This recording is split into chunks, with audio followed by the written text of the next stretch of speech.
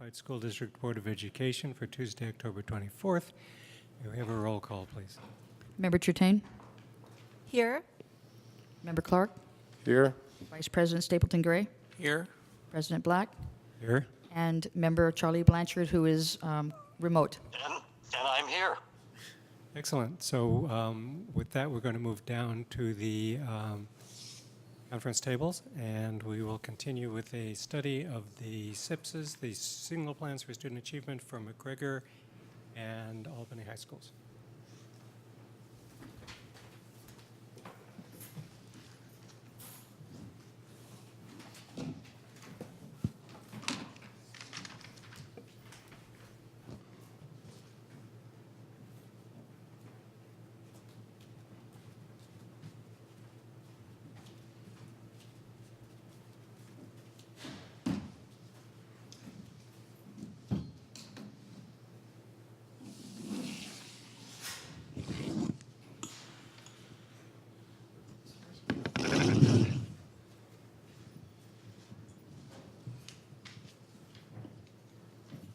Good afternoon, everyone. So annually, we bring our single plan for student achievement to the board, and we do this in a work study session so we can engage in conversation around the school SIPSA. And we're going to start, I'm going to turn this over to Marie Williams, who is our Director of Curriculum Instruction and Assessment, and she will introduce both of the schools tonight. Thank you, Superintendent Williams. Good evening, board members and community. It's my pleasure to present the single plans for student achievement for McGregor High School and Albany High School. As you will recall, last year in the spring, we decided to postpone the presentation of the SIPSs due to other events that were taking place at the high school. And so this evening, both of our schools are here to present their single plans. Principal Ritchie of Albany High School is on her way here. She was serving jury duty today. And so we're going to make a slight adjustment in terms of the timing. We're going to go ahead and begin with our discussion of McGregor's single plan. And then when Principal Ritchie arrives, we will make sure to fold her into the conversation. So last year, the three questions that were posed for the study session were accomplishments of the year, evidence that demonstrates success, and plans for next year. Given the timing of this year's presentation of the single plans, I made just some slight adjustment to the wording. So we're going to invite our principals to talk about the successes of the last school year, again, to talk about the evidence that demonstrates that success, and then to think about plans that are going to be in place for this current school year, 2017-18. The first time I wrote it, I wrote next year's plans and realized that would skip a whole year, and we don't want to do that. So we're going to talk about plans for this year. So Darren McNally, principal of McGregor High School, is here, joined by teacher Chris Knight. Thank you for joining us. And also we are joined this evening by a student from McGregor High School, Joe Delaney. So I want to welcome you all. And Darren, would like to invite you to begin sharing about your accomplishments. Thank you very much. I actually want to start with Joe. And Joe, I'm going to put you on the spot with this. And Joe, what I'd like to do just for a minute or two, if you could kind of talk about what your experience was with McGregor last year, also as compared to what it was like the year before that. And just feel free to kind of comment on the parts that were really positive or the things that you noticed that were really different, and kind of what your experience was like as a Mac student for, and if you do that for minute or two, it's up to you. Well, I've been in McGregor since the second semester of sophomore year. Due to, I had a lot of attendance problems my first 1.5 years at Albany High School. And at first I had like a negative connotation with McGregor due to just like how people view it as a continuation school. But once I actually started going to the classes, it was a lot more accepting than Albany High School in my eyes, and I felt a lot more comfortable and very hands-on, one-on-one with the teachers. Small classrooms definitely helped me, and I just think that the environment itself was a lot different and definitely suited my needs as a student. And I mean, I'd say 2 years ago, I wouldn't think that I would be graduating. And because of McGregor, I think that I would be graduating. But yeah, I mean, I was looking over these goals, proposed goals, and I think that already I can see the staff and already kind of working on these, which is good. I can see a lot of it in action. Yeah. And actually, I also want to ask Chris Knight, our teacher, to discuss as well, because Chris has actually been with McGregor longer than I have, and can attest to actually what the 2016-2017 experience was like as compared to before that. Chris is actually our longest serving McGregor teacher at this point. Yeah. Hello. So there was a big cultural shift between, so last year was 16-17, and between the previous 2 years. There's quite a bit more unity and cohesiveness among the students, but also really the faculty as well.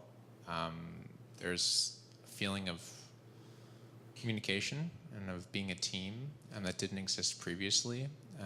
Previously, the environment was a bit more chaotic, and it was sometimes difficult to feel like we were all on the same page, dealing with common issues between our classrooms. And starting last year, we've had an easier time communicating, and we've been in more frequent communication. Meeting frequency has gone up. We've had more success connecting with students. I can't back that up with data, but I could back that up with in my classroom.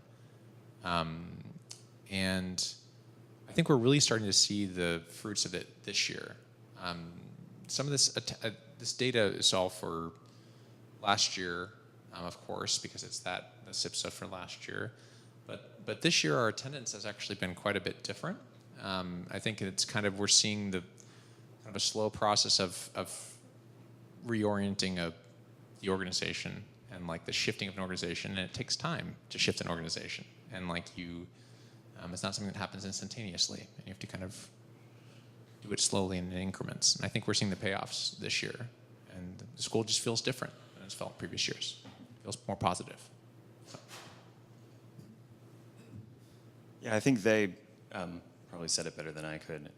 Some accomplishments I just want to highlight from the administrator end is when I came in, I was hoping to better articulate the relationship between McGregor High and Albany High, because we have this really interesting relationship of being on the same campus as Albany High School.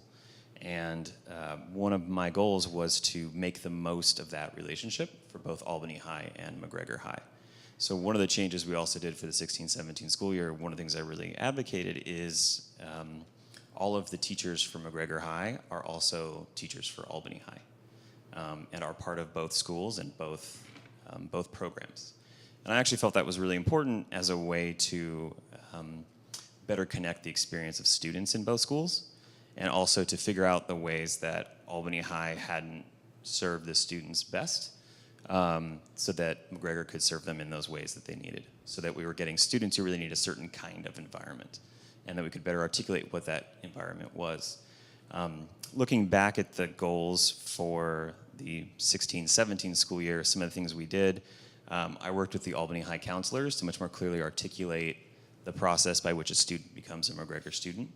And that was a process where we really looked at the question of, is this really going to be the best fit for this student? Or is there another intervention that would probably be more appropriate? I also heavily prioritized a lot of staff collaboration time, like Mr. Knight mentioned. And sometimes that was more directive, kind of saying, let's work on this common approach to discipline. Other times it was let's check in as a team and talk about students and make this kind of the best environment possible. One of the things I thought was most important was also building a cohesive sense of community, not only with the students, but also with the staff. And I think that worked very well. And one of the things that we've seen this year is we have a much stronger staff culture this year, to the point where the staff is actually taking the lead on a lot of things, and running meetings with students and collaborating and putting things together, and not even needing me to be present when it happens. And we now have a much clearer sense of who we are, and a much clearer sense of the expectations for students as well. Thank you. Board, I want to invite you if you have any questions or comments at this time.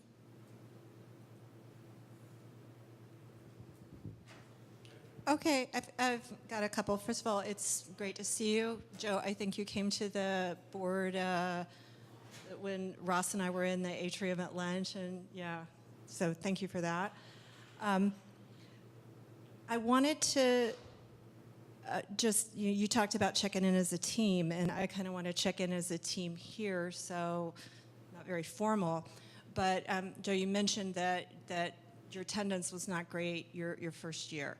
So as the principal there, and so like, what would you do, or what would you do, Chris, if a student doesn't show up and doesn't call in? Do you have like a process for what happens then? Are you asking about Albany High or McGregor High? McGregor. So with McGregor, this is actually one of the things we're working on this year, is much more systematic approaches to attendance and some other things. And one of our goals for this year, and some of what's in here, is a much more systematic approach to certain issues that have surfaced. What we're doing now is we're running regular attendance reports. And then for students who are flagged as having attendance issues, there's some kind of check-in with usually the McGregor counselor or myself. Sometimes we'll work directly with the teachers to kind of get a sense of why the student's not coming to school or is coming to certain classes. What usually happens actually is that a student will be very selective about which classes they are or are not going to. So we often like to check in with the student and just find out like why, what is it about basket weaving that you do not like? And then basically try to be much more personalized in our responses. Mm-hmm. So what we've found is actually what we need to be getting better at is catching the students before the attendance becomes problematic. What we have found works pretty well is developing personalized solutions, which really is about kind of getting to know the student and getting to know their situation.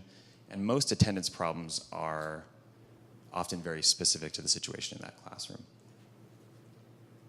So if I were a McGregor student and I didn't show up to my morning class, would I be expecting to get a phone call on my cell phone from you or from the McGregor counselor saying, "Hey, Kim, what's going on? Are you sick? Why aren't you at school this morning?" Sometimes. I have done that. I generally text, though. It works better. Yeah, and what we usually do is we see it start being a problem, we'll pull the student in for a meeting. Usually, actually, our counselor will do that. Sometimes it'll be me. Sometimes it'll be a formal SART meeting, one of the attendance review meetings. Sometimes it'll be more informal than that, just kind of depending on that student and what their needs are. And then we'll develop a response that's kind of based on what that student's needs are. So I have done that with students, where it's, if you're not here by 8:15, you'll be getting a text from me. Sometimes it's a parent contact, and it really, part of the question is who's kind of the team for that student, and how do we leverage that team, and that's different for every student. So we don't have one set of, these are your automatic consequences. And lastly, what's the enrollment for McGregor this year? At the moment, it's 28. 28. We anticipate it probably going up a little bit. We generally get some more students at the semester, and I know there's already a few students that we're considering might be moving over soon. Thank you.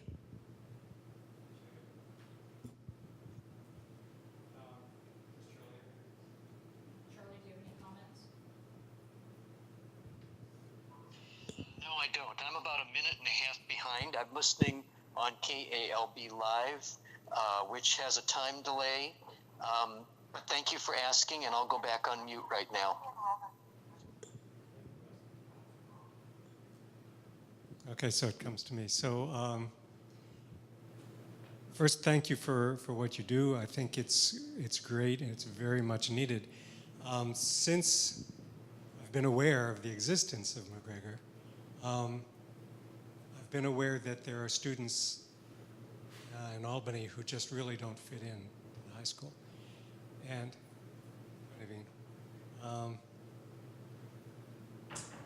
for a long time, I thought McGregor was an alternative school, and I was surprised when I learned that it's a continuation school. And because it's a continuation school, there's an age below which you can't accept students. But we do have freshmen and sophomores who really need some kind of alternative placement. So I was thinking of exploring the possibilities of changing McGregor's official designation from a continuation school to an alternative school. I'd just like to know how you all felt about that. I mean, I think, other than the legal question of what are we supposed to have, I think there's some rules around that, but I know like Piedmont is able to have a school that seems to fill both roles. I would appreciate a little bit having more flexibility that would come with being classified as an alternative school. I think there's also, and this goes back to the relationship between Albany High and McGregor High, there's also something to be said for trying to work with those students when they're freshmen and sophomores. And maybe the issue is not so much that we need to have a different school they can go to, but maybe the school needs to be coming to them a little bit better as well. And that's one of the other parts of my job, is that intervention piece. It would be nice to have the flexibility that comes with alternative. Continuation is a little bit more prescriptive. I haven't personally done a huge amount of research on the specifics of what we could kind of do with an alternative school. So I need to look into it. The age limit alone is a little restrictive because you even get, late birthday juniors who technically don't qualify at the beginning of the year. So that's another question as well. I mean, I don't know enough about alternative schools to really answer that technically, but I kind of view McGregor as a part of, well, its own. Of course, it's its own thing with its own principle, but it's also a part of the Albany High School intervention program, and it's being integrated into the Albany High School intervention program in a way that it's hopefully as seamless as possible. I think that's what we're going for, so that it fills that niche. But if it were different, if it could accept freshmen and sophomores, then I think it would also evolve to fit in just in that way. So without knowing more about alternative school, I don't have a reason to think it would be, or know what the difference would be. I think that having the age limit is a little bit, I don't know, doesn't make much sense, but working with it, I think that it's enough time from being a sophomore or late birth junior to get back on track with school if it really does work out with you. So I don't think it's that big of an issue. I mean, I think it might be worth warranting more exploration. Okay, so we will move on to the next portion of the agenda. So talking about evidence of success, which I think we heard a little bit about as you talked about last year, but then also maybe spending the last few minutes talking about plans that you have for this year.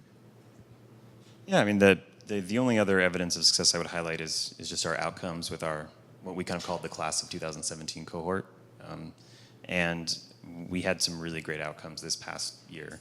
And in the graph, so 70% of our students did basically graduate right on time, exactly as planned. We actually had one early graduate who graduated before she would have been class of 2018 cohort and decided she was done and got her credits and was out. So we had much better outcomes this past year than we actually have in some previous years, which is great. That's the only other bit I would highlight. Most of the success that I think we saw, and Mr. Knight and Joe, you can comment as, I think was a little bit harder to grab as far as what I think the success we really did was the experience of our students and staff. I think was really positive. And as this was a really tough year for the Albany community and Albany High and McGregor, and one of the things I thought was really fantastic was a lot of our students actually found some solace in the McGregor community. And Joe, I remember you saying something along that line too.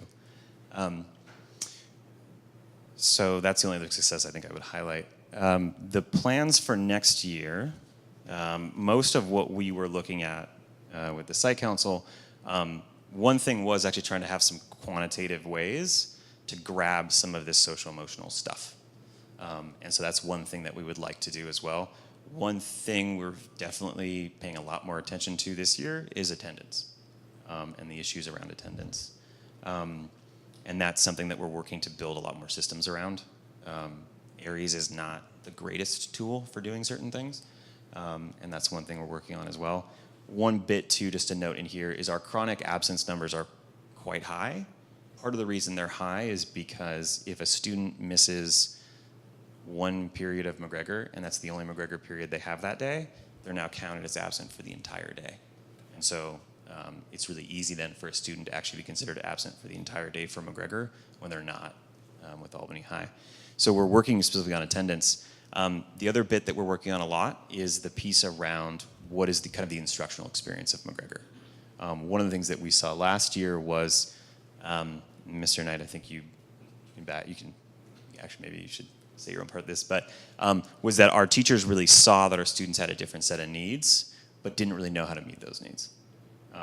And we've been working on that as well, and kind of building some kind of common classroom expectations, doing a lot more to build community in our classes. One of the things we worked on a lot this year was just simply a focus on some of the relationship building first, and getting to know students and those sort of things. And one of the interesting challenges has been working with teachers, many of whom come from a kind of normal comprehensive school. How do you personalize instruction? It's not quite as easy as it sounds, and some of that as well.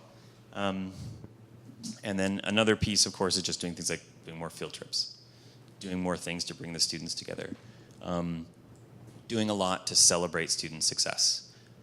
There's been a lot of great work this year on picking a goal for each grading period, and then rewarding student success on that goal. And so we're doing a lot of work now on kind of catching students being good and reinforcing the behaviors we'd like to see. And kind of just give one anecdote of that. So we have our own classroom this year, which was a really big deal for us. And we were having some cleanliness issues, I'll just put it that way. And what we decided to do, instead of just kind of clamp down on certain things, was to develop a rubric. And actually, I shouldn't say we, the teachers actually did all this. Develop a rubric to kind of reinforce this is what a clean room looks like. And at the end of the period, give that feedback to students. And then we've now made it a competition as well between the numerous periods. And the room's a whole lot cleaner. And that's, I think, really highlights a lot of our attitude of like, what's the root issue here? How do we make this work for kids? How do we get them to see what success looks like? And how do we reinforce that? Instead of doing kind of the heavy-handed top-down approach. And I think we really want to do a lot more of that. And another big goal for me is just simply getting the team together a lot more, and working on what actually the teacher team really wants to work on. Has been a big focus for me as well. I have a really fantastic group of teachers, and they don't actually need that much leadership because they have so much leadership capacity themselves. And so I'm in a really wonderful position as a principal where I basically get to get people in a room together and ask them what they need, and they tell me, and we make it work. So that's another big goal, is just building more collaboration with that team. Something I'd like to see us do more of as well is get some of the things that we found to be successful with McGregor out to Albany High School. So I would also actually like to see McGregor kind of push some of the Albany High School experience as well. And get a little bit more of those conversations going about kind of what do we need to support students, especially freshmen and sophomores who aren't eligible for McGregor. Thank you. So we have about 5 minutes left. So again, I want to open it up to the governing board for questions and comments.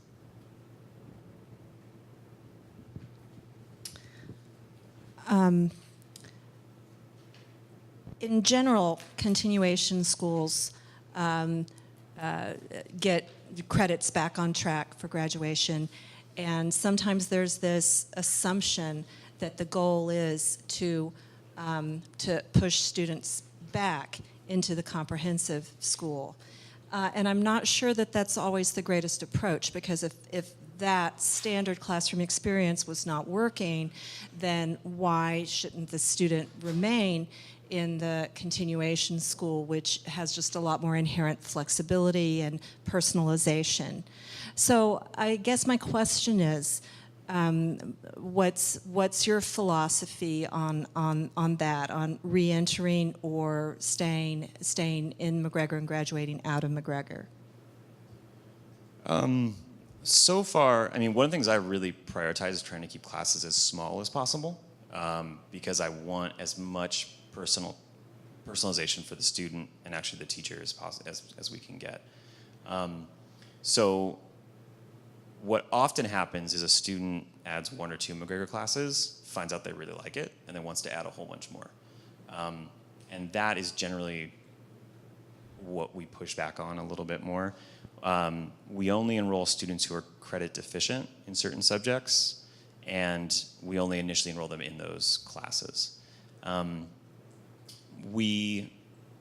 have been a few times students have wanted to add courses, and I've said no. That I want to keep the class size smaller, or you don't need the units or something like that. So I think that's been a bigger issue. Generally, students who come to us want to stay with us. Though some students come, get the units they need, and they leave. That's been a pattern as well. We basically try to personalize it to what the student wants. It's nice to kind of be in demand. But I think I actually spend a vast majority of my time telling students that they're not yet, or maybe later as far as adding courses. That's a lot more common than students who actually just want to leave and be done.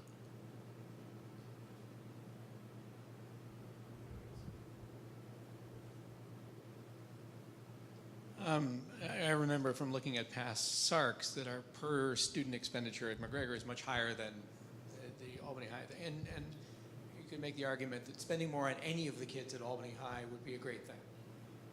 So I'm actually quite interested in the idea of an alternative high school just in terms of expanding our flexibility to deal with anybody. And I'm thinking also of kids we lose because they just are going to find the ceiling sort of too constraining. So a kid who 60% of what he or she needs is at Albany High, and some stuff on beyond is something that drives them to leave, as opposed to being able to be more flexibly handled at Albany High. I'm reminded also, we've had cases where, say, the kid who manages to get through school because they've also got football. They've also got there's something that brings them to school, and they stay at school, and I think we're going to be losing kids, especially in a time of tighter resources, when we cut that thing that would keep them at school. So I think in terms of opening up the flexibility of Albany High, I'm a big fan of the idea that we can have alternative structure or structures within the school to be as flexible as possible. Thanks. Anyone else? Great. Thank you very much for coming. We have about 3 minutes left. I don't know if you want to use that 3 minutes, or at this time we can also transition to Albany High School. But thank you very much for coming and sharing your single plan with us. Thank you. I will cede my time to Albany High School. Thank you. So, welcome. Thank you. As you know, Alexia Ritchie has just begun her tenure at Albany High School. And so with that, we're going to ask you to share a little bit of the success maybe that you've experienced, maybe just from your brief time this year, and then also share with us information about evidence of that success. And then I think what we really are the most interested in hearing about are the great plans that you have for this coming school year. Thank you. Thank you for framing the conversation tonight with the reality that I've been on the job for 7 weeks, but I have a lot of familiarity with single plans. And so to me, the real important preservation part of our experience for the last 7 weeks has been to honor the process as much as possible. So if I could let you know what the process was to get a lot of feedback in a short amount of time, that might frame some of the evidence that I present tonight. So I'm very active with our site council, a member of the site council, along with Liz Reimuller, my assistant principal. We were able then to talk to the site council as best as we could to get their feedback on the goals and objectives from 16-17.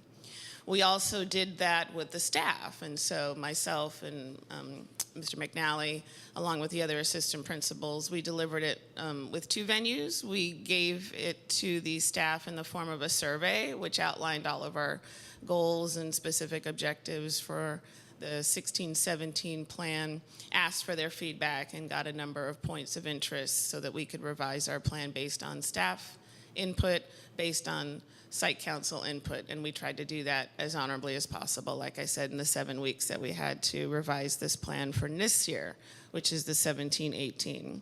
So we did take a look at every single goal that we had for 16-17. Again, tried to elicit enough feedback to reflect back on my executive summary, which does indicate that we are still spending a fair amount of time looking at our intervention program at the high school, looking in the math department, let's say, for example, in terms of the pathways, and do we have as many intervention courses that match up with the number of students that need those courses.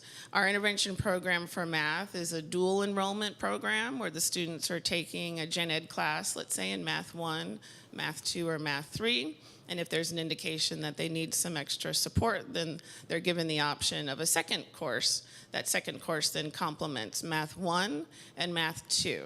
We're taking a look at Math 3 in particular this year because it is the very first year of implementation of the revised course, the Math 3 course pathway. So we're taking a look and seeing if we have needs perhaps outside of Math 1 and Math 2, but again, we'll be able to reflect better on that data at the end of the year. For English and history, we've developed a cohort this year, and Mr. McNally, you can correct me if I'm wrong. I think this is the first year of your English 3 U.S. history cohort.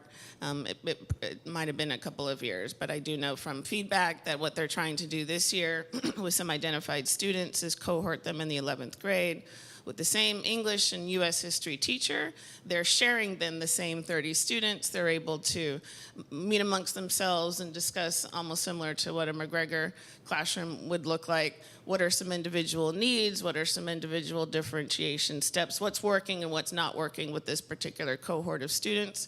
It then reflects greatly if we look at the first quarter grades, which are coming up in a couple of weeks. We'll be able to identify if that cohort model made sense. And if it did, then it was actually a cost-neutral idea to, again, reduce the number of students per teacher, at the same time generating the idea that that is a subtle intervention method. It's one of the tiers, but a very subtle tier of intervention. Again, that's our cohort class for U.S. History and English 3. Those are our juniors. I think Mr. McNally touched on this as well. Our Flex and Alternative Options program is very viable for a number of students. They run the range of students that need some support to students that need multiple days and multiple facets of support, whether it's academic tutoring, whether it's an online course, whether it's something that is connecting the community to their school resources. Our Flex program, I think it's still called Flex, isn't it, Mr. McNally? Our Flex program, again, we would call it alternative ed, is alive and well. We're looking in particular then at our professional development from 16-17 into 17-18. You'll notice that there's a big chunk of our site plan devoted to really working with our staff, and that's all of our staff, from classified to certificated to folks that are contracted to work with Albany High School, all coming together for some specific purposes outlined under the guise of school culture, culturally respectful pedagogy, being culturally responsible in your practices in the classroom and in our shared governance across the student body. So we've done some remarkable work, I think, over the past 7 weeks when it comes to implementing professional development that is sensitive to the idea that it has to come from within so that teachers are part of the development team. In fact, Mr. McNally, I'm not quite sure if Mr. Knight is also part of our professional development team. But again, a very authentic way to get professional development that's delivered for teachers, by teachers, and about teachers. And we've done that in the summer, and we did that in October, and it's been very well received. It's focused primarily on equitable practices, as well as identity, as well as, again, some inquiry questions that we're asking staff to take a look at in professional development cohorts for the rest of this school year. Again, looking forward, we're in the development phases and we're working with our instructional Improvement Council to, again, take a look at pathways and options for intervention.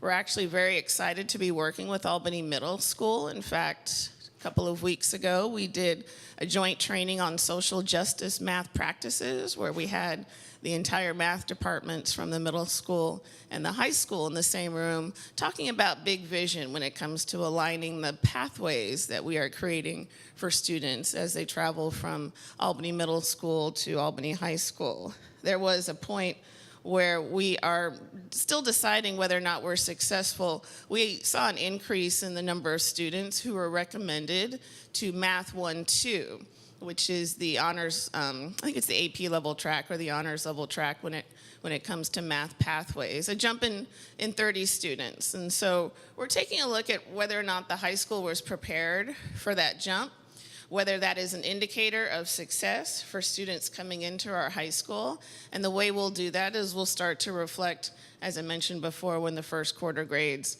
and when the semester grades come out this year. I think that's where I'll stop then. Thank you. Thank you. Want to give the board an opportunity to ask questions or make comments? Well, I would just like to say on behalf of the students, and also I can speak from the rest of the Albany High community, we're really glad to have you. And the past 7 or 8 weeks have gone really well. In regards to the math track, I'm really concerned about that, and that's an issue that I want to, see through, because math is something that's really important, and also making sure that the track fluidity through middle school and high school, it's not just about what math you end up in, it's about the opportunities and the doors that they open for you when you're, a junior or a senior. But yeah, also the teacher staff development, I'm really excited to hear more about that.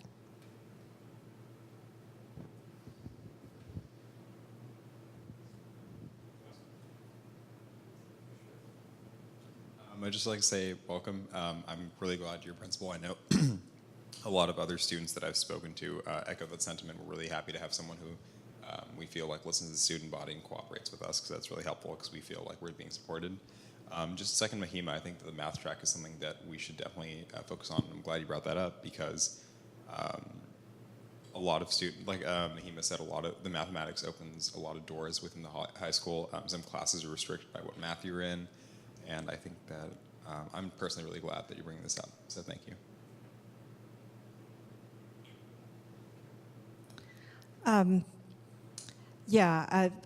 I'll continue with the math string here. It seems like we're kind of daylighting the issue here that the middle school changed their math teaching practices. They had this relearn, retest program in place last year.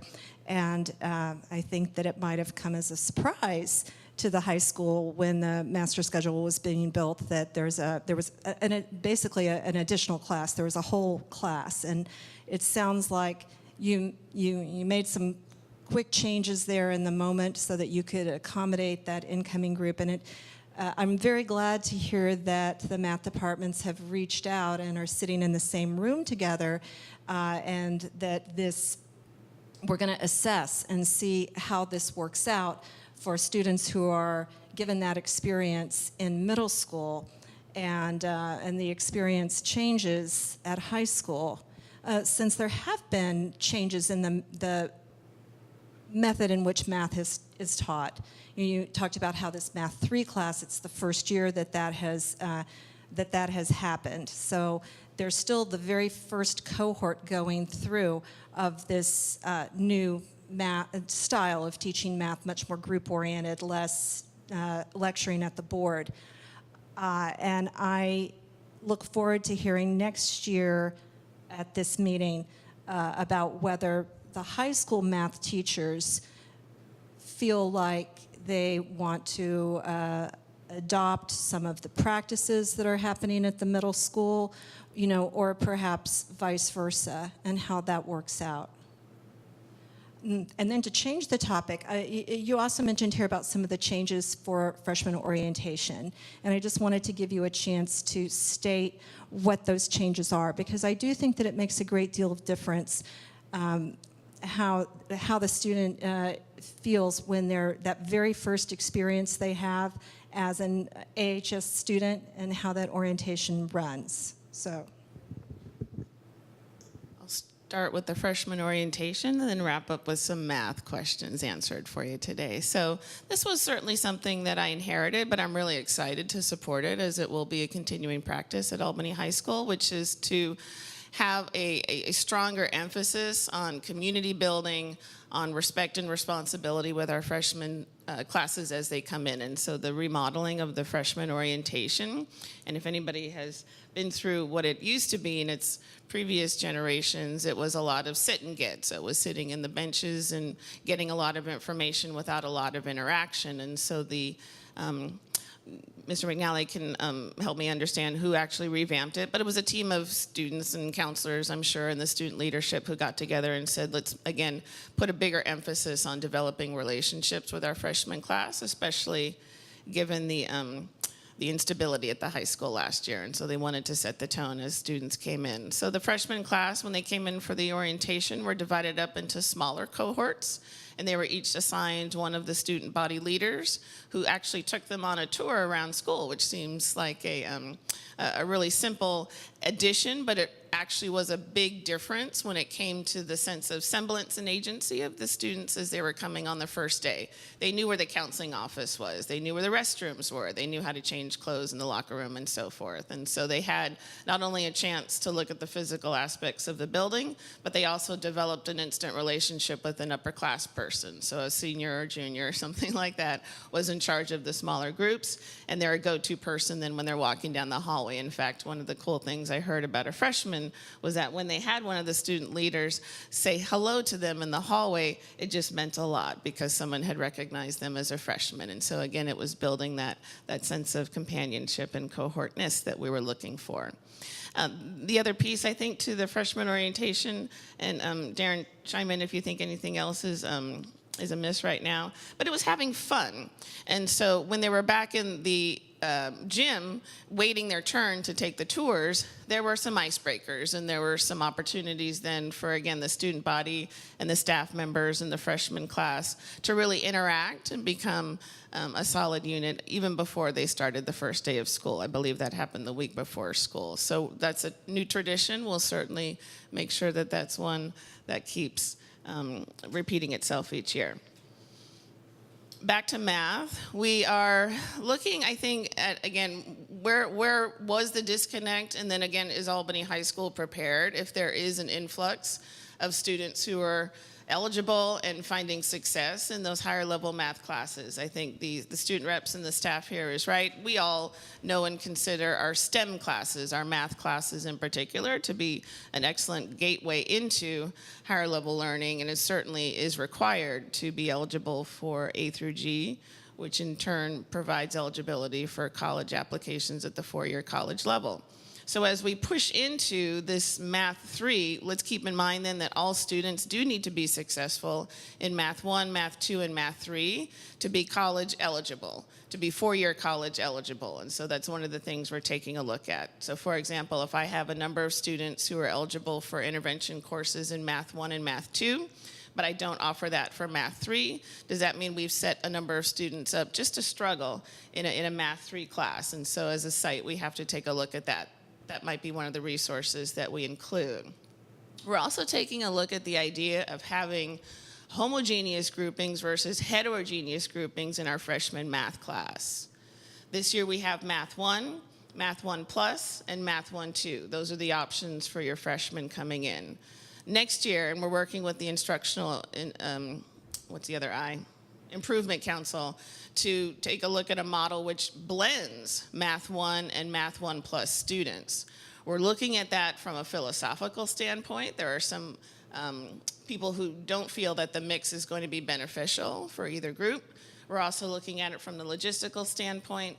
Do we have the wherewithal to have two really distinct groups of students in the same classroom? Because again, there have been numerous studies to suggest that when you blend those students, there are benefits on both. And so we're doing a lot of research this year to see if that's a positive move for us next year.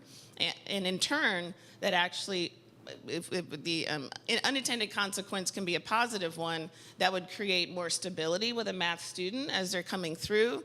Because again, sometimes when you're in a class of students who are just struggling in Math 1, then perhaps you can see that all year long you've perpetuated that idea that they're struggling because there's no other examples around for them to model themselves after, their homework practices, their study habits, and so forth, their engagement in the class. So the idea is blending those two courses in particular for the freshmen, Math 1 and Math 1 Plus. That would be a goal that we start to implement in 17-18. We're hoping then to see an uptick in students who not only are successful in that class because there is that mixed grouping, but also that there are more students eligible to take Math 3. And in turn, they would be more successful in Math 3 because they've had those practices early enough. Thanks. Okay, I have a question. You talk about a standards-based grading task force. You also mentioned a pilot of haiku, and I know that haiku was piloted by a small number of teachers last year, and the thing that they said they liked about it was that it supported standards-based grading. And I know that the middle school is experimenting with do-overs. They don't call them do-overs, but retake tests in some of their classes, which is also related to standards-based grading. So what do you feel about standards-based or going past that to mastery-based grading and passing, and expanding it to beyond just math, but to general courses in the high school? Right, exactly. I think I can speak to the logistics, and if I could defer to Mr. McNally, he can fill in the blanks when it comes to the standards-based grading. And again, I'm coming in on the tail end of the pilot, but the beginning of the mandated practices for our teachers. And so this year, every teacher is getting up and running on the logistics, on the framework of Power School instead of haiku, so Power School. And we're still finding that, again, some teachers still need their login information, still need to see which button to press, still need to see if the information is viewable from a student standpoint or from a staff standpoint. So we're working on those logistics right now. I'm pretty sure, Paul, that we'll get to the standards-based mandate, but I know that the discussion was relevant enough for us to make it a mandate. And so perhaps I can pass this to Mr. McNally and he can explain where we're going with the standards-based program. Well, we have adopted the Power School Learning, as it's called, no longer haiku, and it provides both standards-based grade books and then what they call traditional grade books. We haven't totally moved forward with doing more of the standards-based grading, and it partly has to do with just some of the leadership shifts in both the administration and also in the teacher leaders in that group. But it's a discussion that we continue to have in the intervention vein of kind of what are the ways for students who aren't successful in the first go around.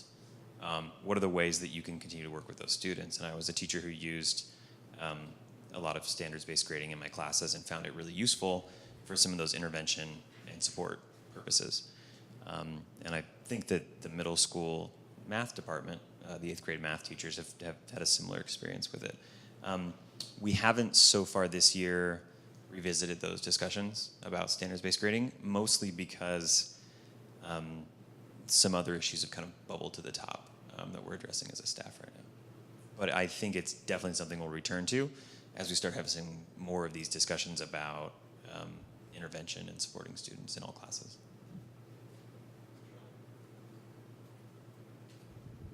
Charlie, did you have any questions or comments? No thanks. I'm still listening to Darren. Thank you very much, everyone.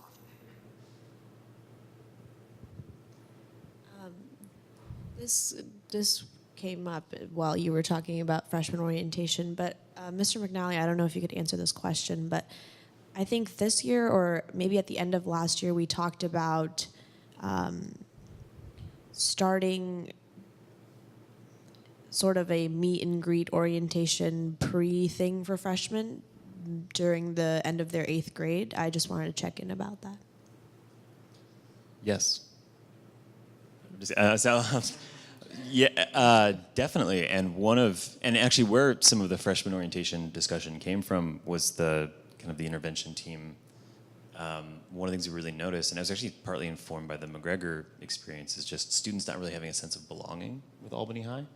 And one of the things that we noted with McGregor actually is that a lot of students often articulate like, well, I'm with McGregor because I don't really belong at Albany. They don't really think of it as a academic issue. It's more a sense of belonging in place. And we noticed that a lot of Albany High students had similar feelings of like, well, I don't really, like, this is where I go to school. I don't know if this is really like my place. And so one of the things we thought about is, well, what do we do to make sure they know this is their place and make sure they feel connected? And the freshman orientation was one of the things that came out of that. I really have to give a shout out to Michelle Azelstein, though, as far as the freshman orientation. She really kind of put together the plan for that. And she's one of our two counselors that work on intervention with me. And it's something that we've been talking about a lot of last year, because part of it is also we seem to, even though we're a small district and Albany Middle and Albany High are 3 blocks apart, a lot seems to get lost in that transition. And so we've been thinking a lot about how do we bridge that gap a lot more. And it's something we're looking at is exactly kind of what you mentioned. Maybe we should actually be going to them in the spring. Maybe we should be inviting them over. We should be doing a lot more of that. Is there ways we can, when we did freshman orientation, we sorted them out by advisory, which was just randomized. Could we do that in the spring and then get them to know a group of students earlier? We're really thinking a lot about this question of how do we build these relationships and connections for incoming students. One idea we had too is maybe the first 2 hours of school on the first day be just freshmen. And that's another idea we had as well. So our intervention team, which interestingly kind of started looking at a lot of academic intervention, has started to look at a lot of social emotional intervention instead. Because the truth is Albany High School is a fantastic school from the instructional point of view. And what we could be doing a lot more of for our students is actually giving them a lot more of that connectedness. And so that's where the freshman rotation came from. And we'll probably be coming to leadership a lot more for support with a lot of that stuff too. Thank you. I just wanted to speak on the freshman orientation. I was actually in charge of doing one of the orientations, and I have to say that I think that was very successful. I know that, at least from my point of view, the class of 2021 and 2018 have a much closer bond than what I'm used to seeing in terms of freshman and senior like bonds, because at least going through the school system before this orientation, I'm so used to I was used to seeing the freshmen stick with the underclassmen, the upperclassmen stick with the juniors and seniors. But this year, I feel like I can have free dialogue with the freshmen, and I know they feel the same way, and I know that 21 has been cheering on the seniors, and seniors have been cheering on 21. So I think that, while there are some bugs in this, I think this was a really good step. So, good job. Based off what you were just talking about, I was at the AMSPTA meeting recently, and Principal Deborah Brill was talking about some research on anti-drug messaging so a health topic. And she was telling the group that if the message is delivered by a stranger, a person that the kids don't know, that there's very low retention of the message. If it's delivered by a teacher that they know, it lasts longer. But by far the most powerful retention, the longest, is when it's delivered by a young person. And to me, what you said really triggered that thought and presents an opportunity for even more interaction between the high school and the middle school. This was particularly about issues of drug use and addiction and whatever, but I would expect that it would be very generalizable, and that if the high school students were able to walk over to the middle school more often, or vice versa, there could be some rich interaction, and it would improve that base of feeling like this is their place. I wanted to add that. And then I wanted to switch topics and go back to one of your statements in the document, which says create academy and pathway programs with a vocational focus. that includes meaningful internships and alternative assessment strategies. So how's that coming along? We're excited about that because we're a small but mighty district and we're a small but mighty school. And so we're working with the new ROP principal, Jeff Browning from Contra Costa, and he's helping us create some different ways to think about a pathway. For example, if I have a very small master schedule budget and I'm not able to offer a culinary 1 and a culinary 2 because you do need 2 years to have it considered a cohort or a pathway cohort, then what you can do is you can be very creative. For example, we're thinking of a combined class for the second year. So I could have a culinary 1 and I could have a culinary 1-2 where the advanced students are actually in the same class as the culinary 1 students. Let's say if I only had enough FTE to offer 2 or 3 sections of culinary. You can do that with any ROP. You could do that with journalism. You could do that with photography. You could do that again with any ROP. You can be very creative with that second year so that you are creating that pathway for students in their junior and senior year to come out with an ROP certification. The other idea, which is also very exciting, we're working with him on this. You know Albany, we love to think outside the box. And so the other idea is to have at least one course that's the entry course for any of the ROPs that a student decides to take. The second year then would be focused on a business model related to that ROP course. It could be any business model. So the second year could be you're starting a store, you're starting a small business, you are getting into that industry, so you're doing an internship with someone in the industry. So we're being very creative and thinking about what we can do for 17-18 when it comes to expanding that pathway. Again, Darren, you can correct me if I'm wrong. I don't think we have a 2-year pathway right now. We have a lot of 1-year courses that are offered through ROP, but we just don't have that second leg. Traditionally, we have not had the number of students sign up for. We tried that with a culinary international foods course last year. We just did not have enough students to create that second course. So we're trying to be very creative in 17-18 with what we can do with our FTE to still provide that second year. We have just a few minutes left, so Alexia, if you would maybe like to summarize some of your key steps and plans for this year, and then we want to just leave a couple minutes for board questions. So anything you haven't already covered.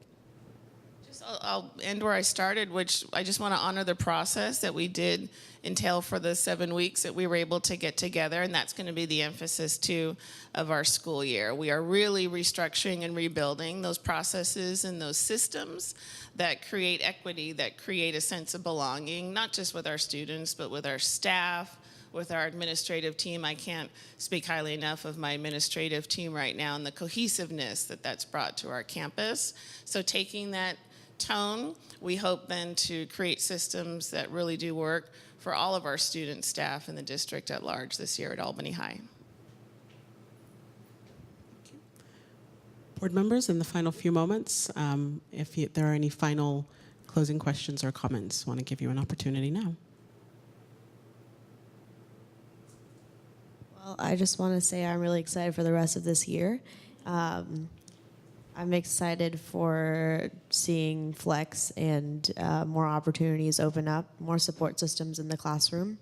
And also, Mr. McNally, you were talking about just expanding freshman orientation and making them feel like they have a sense of belonging. And one thing that came to mind again was Albany is a very small school district, and many of the students who end up in their senior year, they look around and they find that they've known most of their class since kindergarten or preschool. And I think one thing that seems to be missing is the sort of cohesiveness with students who are new to the district, especially come freshman year. I know that I was new freshman year, so that was very different for me, not knowing everyone, not sort of having that, and maybe integrating a separate orientation or maybe a pre-orientation with every single student.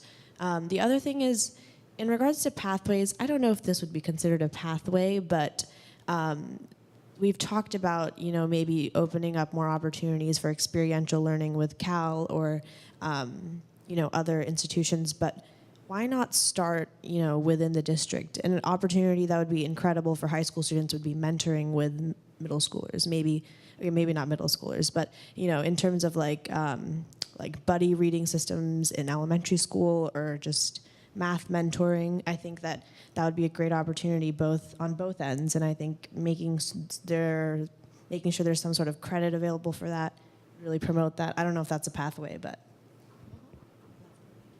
A quick comment.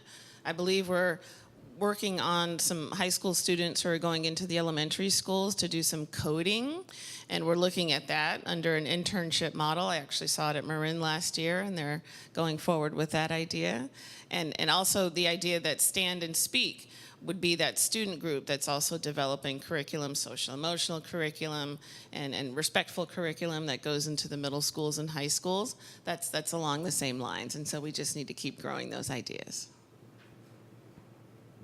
Okay, thanks. We're out of time for this. I see there are people already in the hall waiting to come in for our regular meeting, so we're going to adjourn our special meeting with thanks to all of you who participated and for all you do for our students. And we're going to go back up on the dais and convene the regular meeting.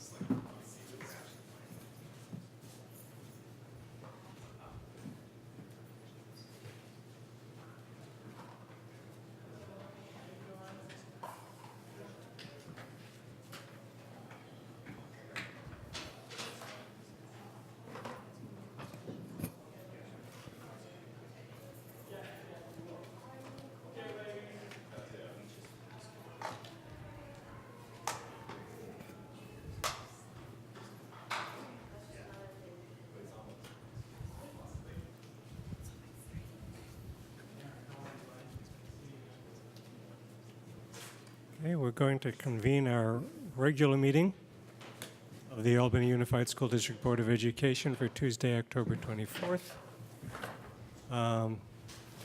May we have a roll call, please? Student Board Member Sewell.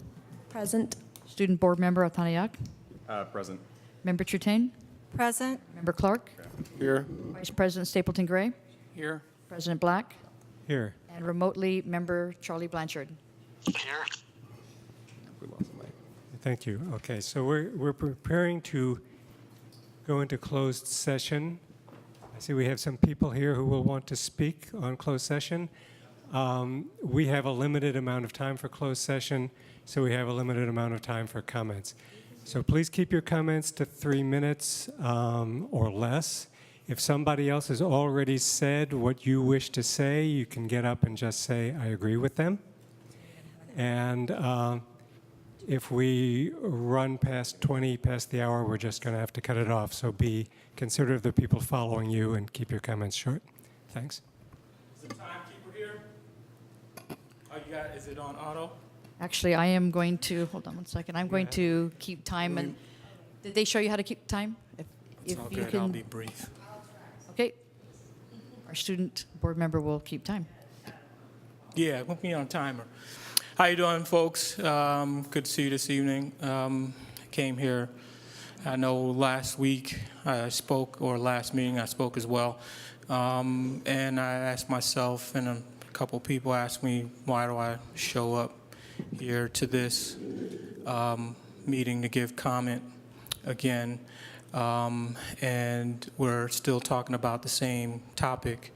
And I'm sure you see the same people who are affected are here as well. There's a strong interest in this. But the question about why do we show up and still give comment on this, I think the people whose name are on or brought suit against the district are here in absentia or on paper. and our children and the lasting effect of what they're going through in their senior year is still present. And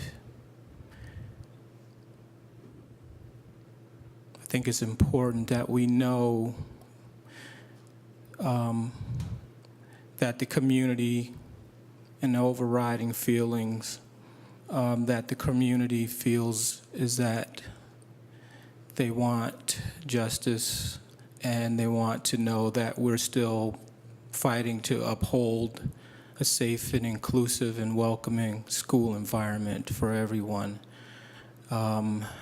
It's still in the front of our minds as to what's the state of this. I don't know how much you can comment about that, but anything you can divulge would be appreciated. Just the whole fear and rumor mill about settlement, and somehow people who've upset the entire school district can, first in our children's name, get away with what they did, and secondly, seek some compensation for somehow the hurt that they did to others, that somehow they should receive some sort of reward, if that's the right word, for their actions in turning the entire school district. I will say that I've been committed to the changes that a lot of people said they wanted to see in this district, and I continue with those efforts in that regard. So I'm here to help make this better.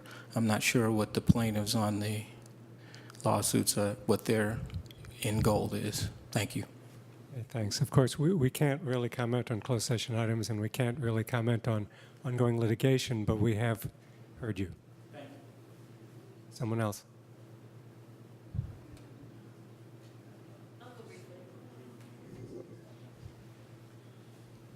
I concur with LaRon. I also want to say, should I go now? It's over? It's been 3 minutes? There we go. So can you state your name, please, just for our record? My name is Delisa Branch Neely. I'm one of the parents of one of the affected young students at Albany High last March.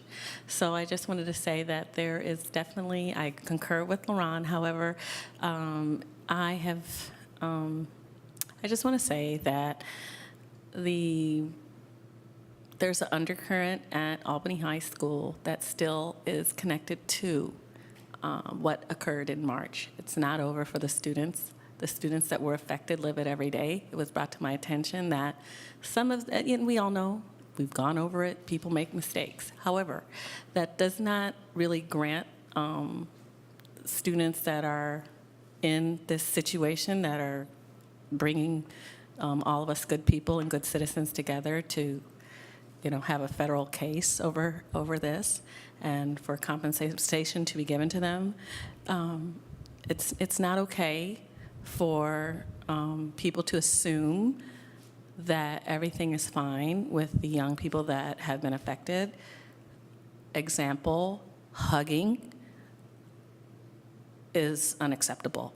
So, and that puts people don't know their boundaries. And I think that puts more harm onto the fellow students, or the ones that have to endure the everyday ins and outs. One of the students have been, kind of tracked by some of the racist students that are still there, and, just different energy at the school that is unacceptable. So I know for a fact that hands were placed on our girls. A hug, it's all okay. It's really not. So I don't know how to really convey that message, except for everyone should keep their hands to themselves, even if it's a gentle hug, a caring hug. It's not okay. No one's best buddies anymore.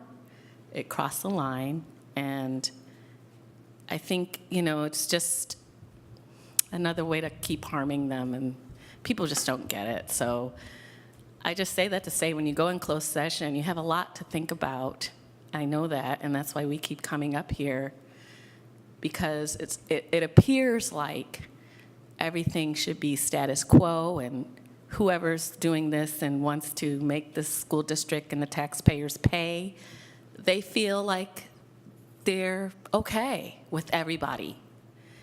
And it's not right. So you have a lot to think about. We're dealing with these day-to-day interactions between the young people at the Albany High School and the undercurrent and the energy of the senior class in particular. But it's homecoming, and everybody wants to have a good homecoming. So just food for thought.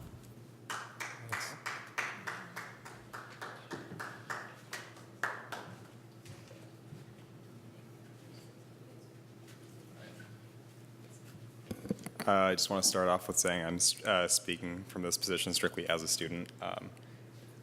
So last board meeting, a parent handed me a piece of paper discussing basically the rumors going around about settlement. And personally, I don't think we should, just because I was talking to my college counselor, actually. We were discussing what was happening. I was writing my comment application.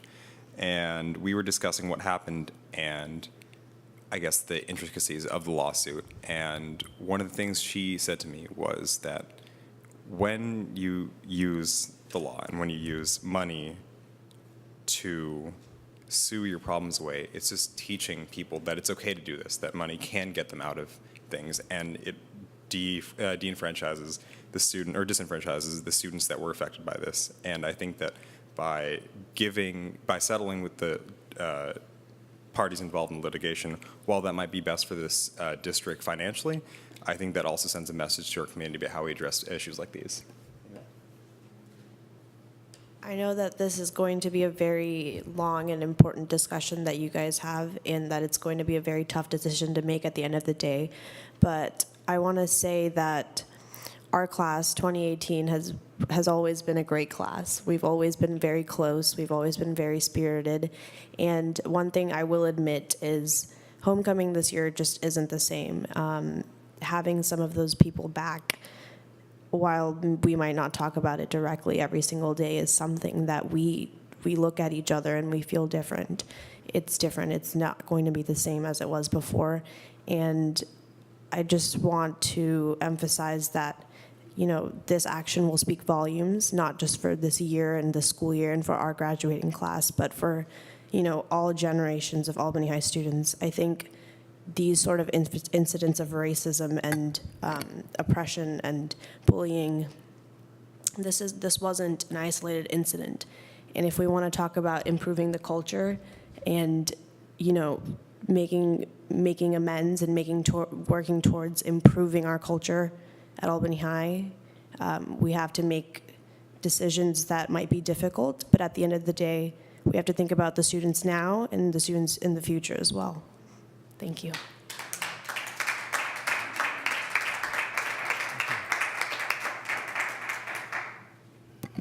Hi, good evening, board. I'm Alexandra Campbell-Jones, mother of Amber Jones.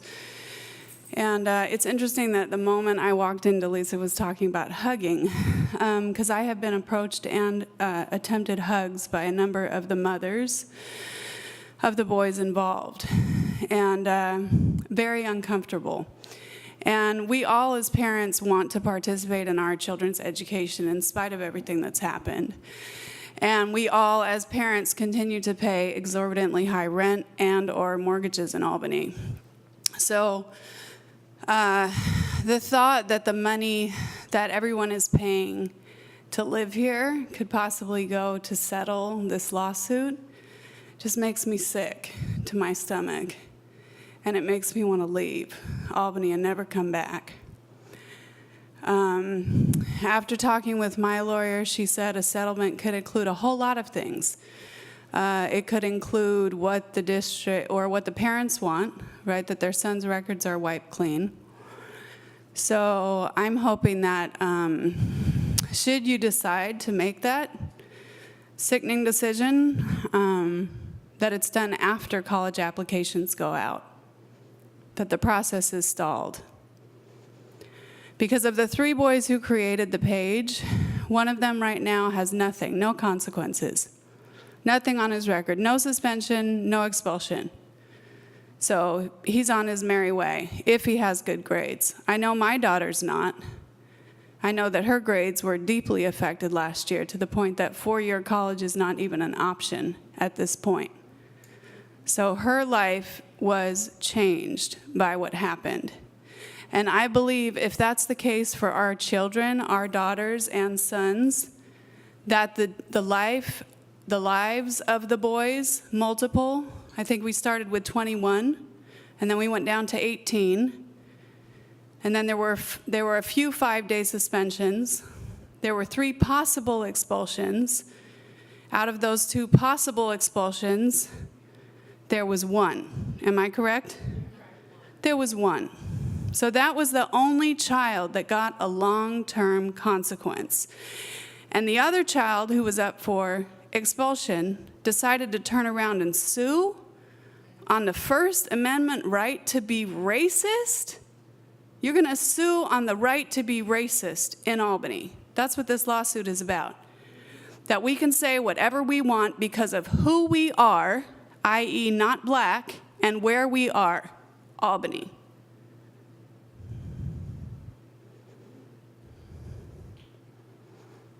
So what I would like is a report out after this closed session, because I'm tired of coming here.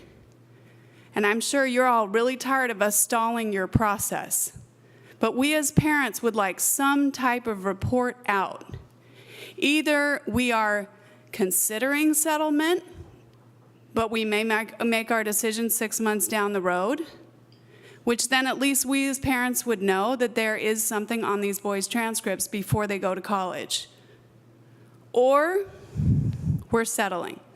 All we care about is money. And if that's the case, then that is the statement you're making for Albany. That literally all you care about is money. You don't care about people. You don't care about people's feelings. You don't care about social, emotional well-being and learning.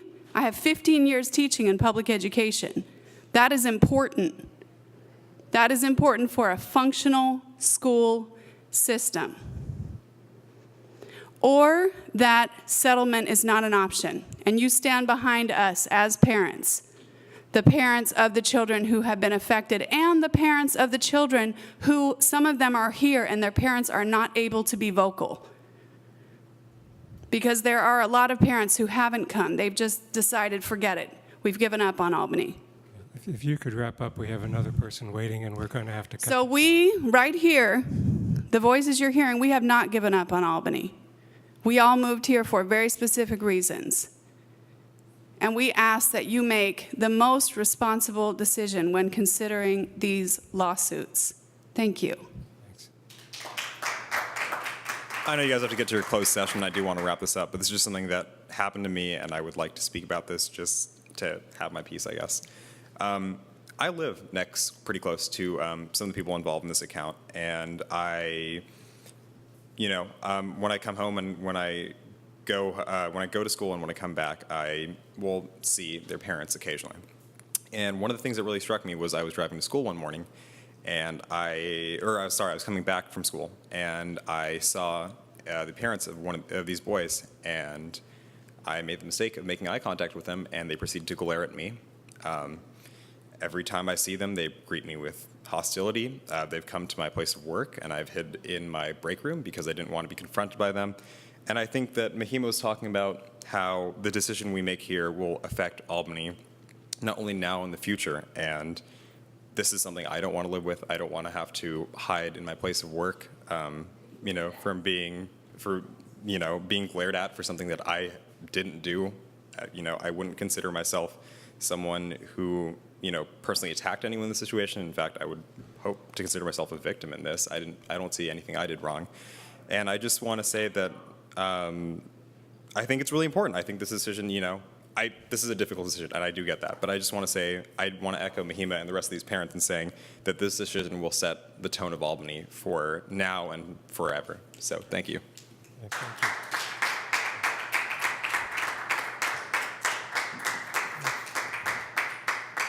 Okay, we're going to go into closed session now. We expect to be out about 7 o'clock.